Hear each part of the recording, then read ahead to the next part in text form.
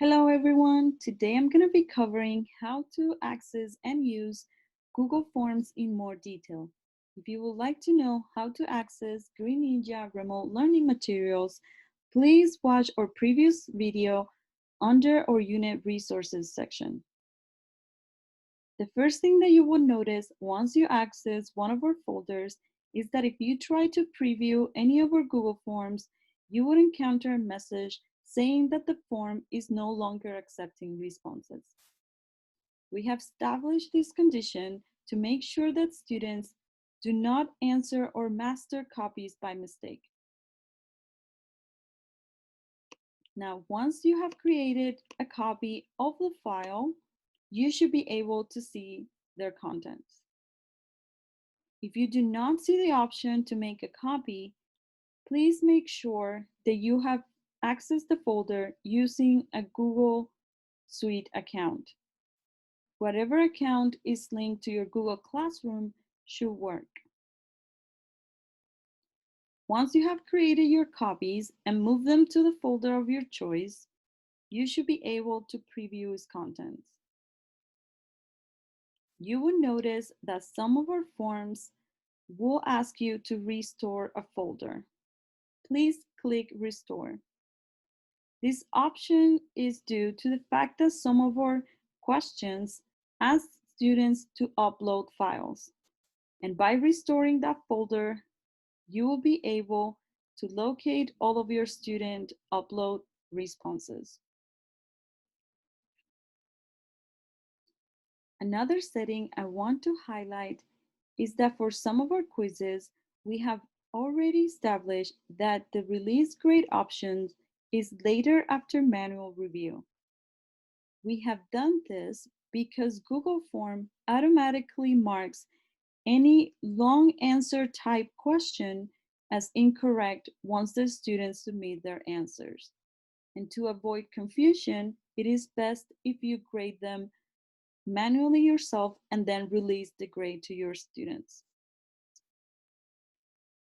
An additional setting that I want to mention is that if you would like Google Forms to sync the results to your Google Classroom gradebook, you need to have the following options selected. Under the General tab, make sure that Collect Email Addresses, Restrict to users in your organization, and limiting to one response per student are turned on.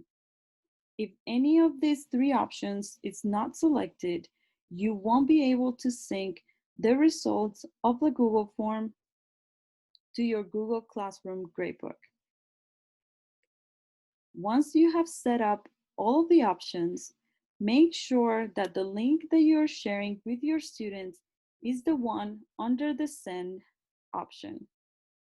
It can be either the long link or the shortened URL. Please do not use the one that is at the top in your search bar. If by any mistake your students have editing access to the folder in which you have your Google form, they will be able to edit your master copy. Now, to make sure that your gradebook syncs with the Google Forms, in addition to sharing the link with students through the Google slide deck, you need to create an assignment solely for the Google form. You can put any title that you like. You click on Add, Google Drive, and you select the desired Google form. Make sure that there is nothing else in that assignment and just the form. Adjust the points to the same amount of value of the total of the Google form, and you will notice that the grade importing already showed up. Click Assign, and your students will be able to answer the Google form either through this assignment or through the slide deck. Don't worry, they won't be able to answer it twice. It records who has already answered, and they will only have one opportunity to access that form. Once the students have answered, you will notice that Turn In gets shown and that the Import Grades option is there at the top right. If you have to manually grade any of the forms, make sure you do that before you click Import Grades. Once you're ready to import the grades, just click Import Grades, Import, and now your Google Classroom gradebook should have been updated with the students' results. I hope this video was useful. Let us know if you have any other questions. Thank you so much.